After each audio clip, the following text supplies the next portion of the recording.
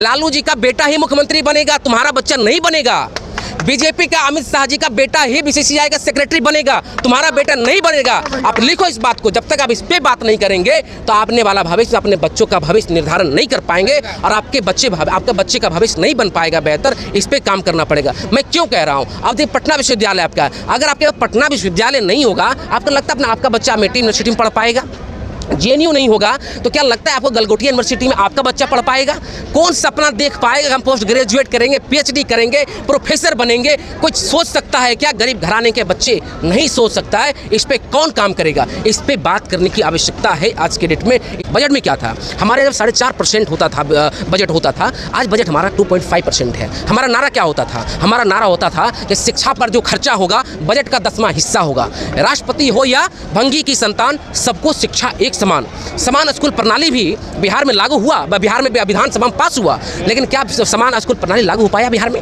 समान स्कूल प्रणाली क्या है? नमस्कार दोस्तों, आप देख रहे हैं रवि रिपोर्ट। मैं सुधीर कुमार। इस वक्त हम पटना जंक्शन में मौजूद हैं और बात करेंगे विधानसभा की। 2025 में बेहतर मुख्यमंत्री कौन, नीतीश कुमार या तेजस्वी यादव? क्या नाम है? जी, अभिमन्यु हमारा नाम है और हम all India student federation Patna district joint secretary हैं। तो बताइए क्या सवाल था आपका? क्या लग रहा है 2025 में बेहतर मुख्यमंत्री कौन होगा? देखिए, बेहतर मुख्यमंत्री कौन होगा नहीं होगा ये सवाल नहीं है। किसी की चेहरा और उसकी सुंदरता को देखकर हम प्रधानमंत्री और मुख्यमंत्री नहीं बनाते हैं। हम बनाते उनके अंदर काबिलियत क्या है। और काबिलियत कैसे पता करते हैं? काबिलियत हम तब पता करते हैं जब आप सत्ता में नहीं होते, सड़क पर कितना होते हैं और सदन में कितना होते हैं, तब जाकर हम चुनाव करते हैं। अगर आप सत्ता में हैं और सत्ता में होने के बाद आप सदन में कितना बेहतर अपनी बात को रख पा रहे होते हैं, ये बड़ा सवाल है।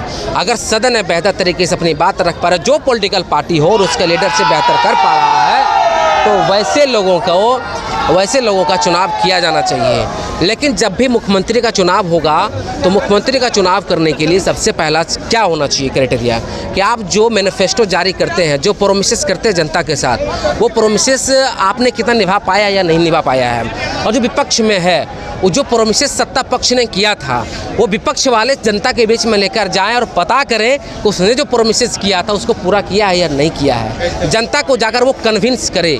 जब तक आप कन्विंस करेंगे नहीं तो आप कैसे बना सकते हैं? क्या इस देश के अंदर मुख्यमंत्री बना लेंगे और प्रधानमंत्री बना लेंगे? ऐसे चुनाव करेंगे आप? नहीं कर पाएंगे ना। क्राइटेरिया ये होता है। और देश की जनता को, खासकर बिहार की जनता की बात मैं कह रहा हूँ, उसको अपने बारे में सोचना पड़ेगा, अपने बारे में समझना पड़ेगा कि कल हमारा बच्चा क्या करेगा, कल हमारा भविष्य क्या होगा, कल हमारे बच्चों को बेहतर एजुकेशन मिलेगा कि नहीं मिलेगा, कल हमारे बच्चों को बढ़िया विश्वविद्यालय मिलेगा या नहीं मिलेगा, कल हमारे बच्चों को नौकरी मिलेगा या नहीं मिलेगा, क्या कल कंपनियों में जाएंगे काम करने के लिए, किसी फैक्ट्री में, किसी कंपनी में जाएंगे क्या 12 घंटा 14 घंटा काम करेंगे? इन तमाम सवालों पर उनको बात करना पड़ेगा। जब तक ऐसे तमाम चीज़ों पर बात आप नहीं करेंगे, जैसा कि मैं देख रहा हूँ आज के विपक्ष के लोगों को, बात क्या चीज़ पे हो रहा है, वहाँ पे बात करें मंदिर और मस्जिद की, इस बीच में आना ही नहीं चाहिए। ये कभी भी लाना नहीं चाहिए। मंदिर में तो आना ही नहीं चाहिए, बिल्कुल भी नहीं आना चाहिए। ये व्यक्तिगत आस्था का मामला होता है, किसी के निजी जीवन का मामला होता है। लेकिन जब बात करते शिक्षा का, मैं पिछले दिन बजट पढ़ रहा था, बजट हमने देखा, मैं हैरान रह गया। बजट में क्या था हमारे, जब 4.5% होता था बजट होता था, आज बजट हमारा 2.5% है। हमारा नारा क्या होता था? हमारा नारा होता था कि शिक्षा पर जो खर्चा होगा बजट का 10वां हिस्सा होगा। राष्ट्रपति हो या भंगी की संतान, सबको शिक्षा एक समान स्कूल प्रणाली भी बिहार में लागू हुआ। बिहार में विधानसभा में पास हुआ, लेकिन क्या समान स्कूल प्रणाली लागू हो पाया बिहार में? समान स्कूल प्रणाली क्या है? समान स्कूल प्रणाली ये है कि किसी भी बच्चों को, चाहे वो गरीब का बच्चा हो चाहे अमीर का बच्चा हो, वो सभी पढ़ेगा सरकारी विद्यालय में। अगर वो पढ़ेगा प्राइवेट विद्यालय में तो वही जाके पढ़ेगा प्राइवेट विद्यालय में, ये उसका अधिकार होता है। अगर ये चीज़ नहीं हो पाया तो बताइए कैसे निर्माण कर पाएंगे अच्छा देश का निर्माण? कैसा भविष्य बना पाएंगे आप? क्या जो बच्चा जिसने सत्तू पीकर निकला हो और जो बच्चा बादाम शेक पिया हो, बच्चे दोनों को तुलना कैसे कर सकते हैं? जो एसी में रहकर 24 घंटा पढ़ाई किया हो और जो 8 घंटा खेत में जाकर काम किया और तब भी जब कंपटीशन का तैयारी कर रहा हो, दोनों को तुलना कर सकते हैं क्या?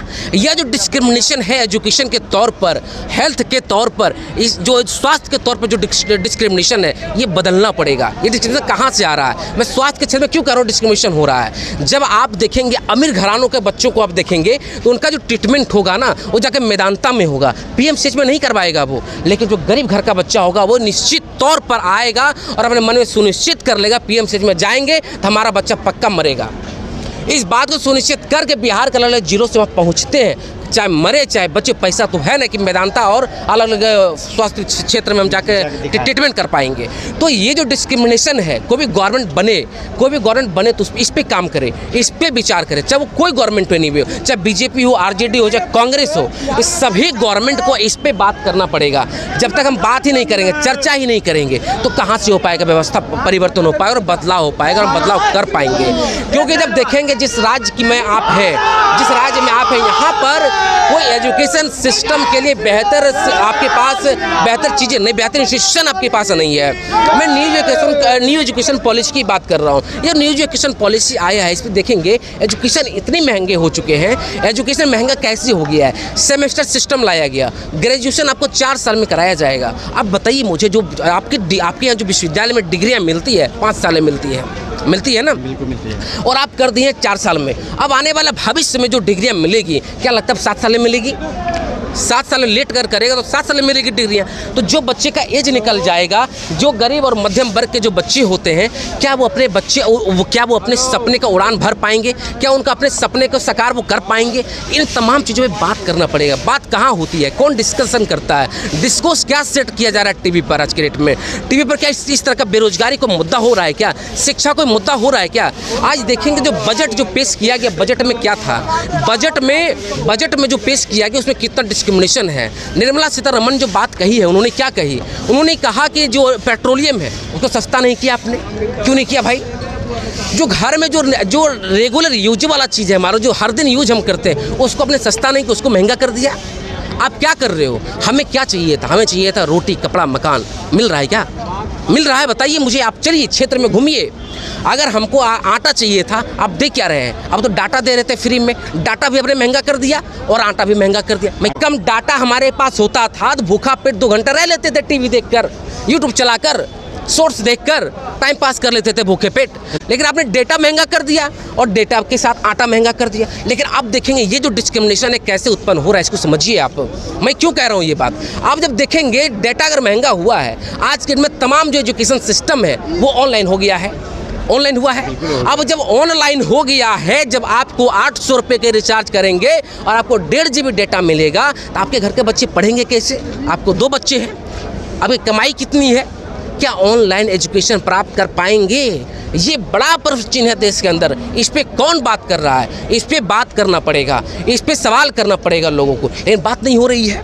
बात यहाँ हो रही है पॉलिटिकल पार्टियाँ की। हम इस पार्टी के झंडा बुलंद करेंगे, वो कह रहा है भाई हम इस पार्टी से इसका झंडा बुलंद करेंगे। भैया पार्टी की झंडा बुलंद करोगे, लालू जी का बेटा ही मुख्यमंत्री बनेगा, तुम्हारा बच्चा नहीं बनेगा। बीजेपी का अमित शाह जी का बेटा ही बीसीसीआई का सेक्रेटरी बनेगा, तुम्हारा बेटा नहीं बनेगा। आप लिखो इस बात को। जब तक आप इस पे बात नहीं करेंगे तो आपने वाला भविष्य, अपने बच्चों का भविष्य निर्धारण नहीं कर पाएंगे और आपके बच्चे का भविष्य नहीं बन पाएगा बेहतर। इस पे काम करना पड़ेगा। मैं क्यों कह रहा हूँ? अब देखिए पटना विश्वविद्यालय आपका, अगर आपके पटना विश्वविद्यालय नहीं होगा, आपको लगता है आपका बच्चा अमेठी यूनिवर्सिटी में पढ़ पाएगा? जेएनयू नहीं होगा तो क्या लगता है आपको गलगोटिया यूनिवर्सिटी में आपका बच्चा पढ़ पाएगा?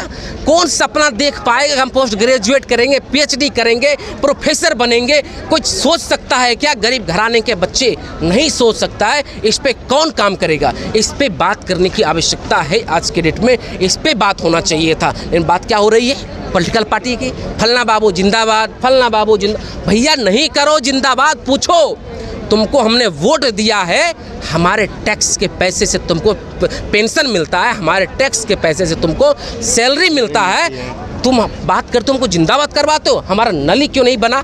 हमारे यहाँ हमारे स्कूल में बेंच नहीं है, डेस्क नहीं है, हमारे बच्चे सब नीचे बैठकर पढ़ता है, उसकी व्यवस्था नहीं है। ये सवाल कौन करेगा? अगर आप नहीं करोगे तो कौन करेगा? मैं कहावत सुनाता हूँ, जब बच्चे घर में होते और घर में खाना नहीं होता है तो घर की लाइट बंद कर दी जाती है। जब बच्चा रो रहा होता है, बच्चा रोता है ताकि रोए और कहे कि घर में भूत है, भूत है, इस तरह की बात जब कही जाती है, बच्चा जब डर जाएगा तो भूख जो है उसका मिट जाएगा। भूख खाना मांगना बंद कर कर देगा, क्योंकि दूसरा सवाल उसके पास पैदा हो गया है। तो सरकारें यही काम करती है, चाहे सरकार कांग्रेस की हो चाहे सरकार बीजेपी की हो। बीजेपी ने वही काम किया जो कांग्रेस की थी, और जो कांग्रेस कर रही थी वही काम बीजेपी कर रही थी। दोनों एक ही है और दोनों एक दूसरे का कॉपी कर रहे हैं। हम तुमसे आगे कि हम तुमसे आगे, दोनों लड़ रहा है एक दूसरे से, हापाधापी में है दोनों, कि हम देखो तुमसे ज़्यादा हैं, वो कह रहा हम तुमसे ज़्यादा हैं। आज के डेट में आप देखेंगे स्थिति इतनी बदतर हो गया है, जाकर देखिए कोर्ट में क्या स्थिति हो रही है। नहीं है लोग, कौन बनेगा वकील? वकील बनने के लिए कम और बेश मिनिमम खर्चा अगर आप करेंगे, अगर BHU में भी जाकर आप पढ़ेंगे तब भी आपको 1.5 लाख रुपये खर्च हो जाएगा, आपके घर से खर्च होगा। लेकिन पटना विश्वविद्यालय में अगर आप जाकर पढ़ाई करेंगे, कम से कम खर्चा आपका है तो 15,000 खर्चा है, 3 साल में 15,000 खर्चा अगर पटना विश्वविद्यालय में। पटना विश्वविद्यालय क्या किया जा रहा है? बंद किया जा रहा है। कैसे बंद कर रहा है? जहाँ पटना विश्वविद्यालय का लॉ कॉलेज में सीट होता था 300, वहाँ सीट आपका 100 बच गया है। अब 100 का एंट्रेंस होता है, वहाँ 200 सीट कहाँ गया? कौन बच्चा पढ़ता था? हमारा घर का बच्चा नहीं पढ़ सकता है, मिट्टी यूनिवर्सिटी में जाकर लॉ नहीं कर पाएगा, मुश्किल है भाई। लॉ करने कम बेस खर्च अगर करें तो 5 लाख लगेगा। तो हमारे घर के बच्चे क्या तैयारी करेगा भाई? रेलवे का क्या बनेगा? डी ग्रुप करो, तो डी ग्रुप का काम क्या है भाई? गिट्टी टालो, पैखाना साफ करो, यही है ना। तो आप क्या चाहते हैं बनाना? इस देश के लोगों को क्या बनाना चाहते हैं आप बताइए?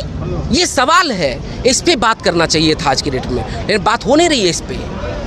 इसलिए जनता को ही तय करना पड़ेगा, जनता को ही सुनिश्चित करना पड़ेगा कि हमें क्या करना है। अच्छा, आप ये बता दीजिए कि आपके हिसाब से क्या लगता है 2025 में बदलाव होगा या फिर से नीतीश कुमार आएंगे? देखिए, हम इसे बिल्कुल नहीं कहेंगे, हमको भगवान नहीं है, हम कुछ ज्योतिष नहीं है कि कौन आएगा, कौन जीत जाएगा, कौन नहीं जीतेगा, कौन हार जाएगा।